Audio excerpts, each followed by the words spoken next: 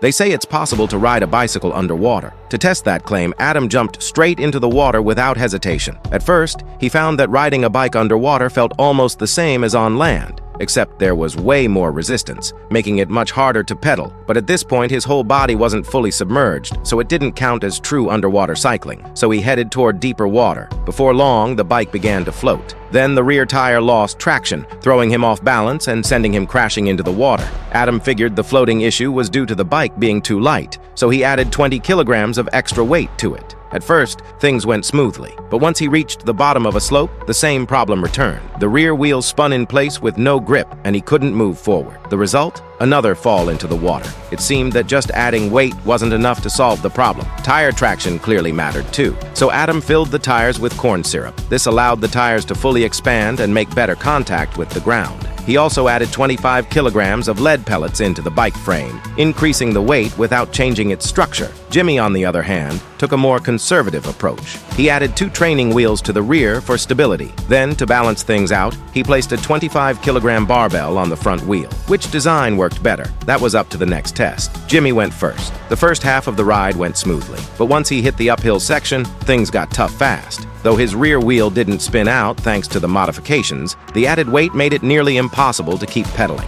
Next up was Adam. His setup wasn't much different from the original, and once again the rear wheel spun without grip, ending with him falling into the water. After several rounds of testing, the conclusion was clear. You can't ride a bicycle underwater. Myth busted.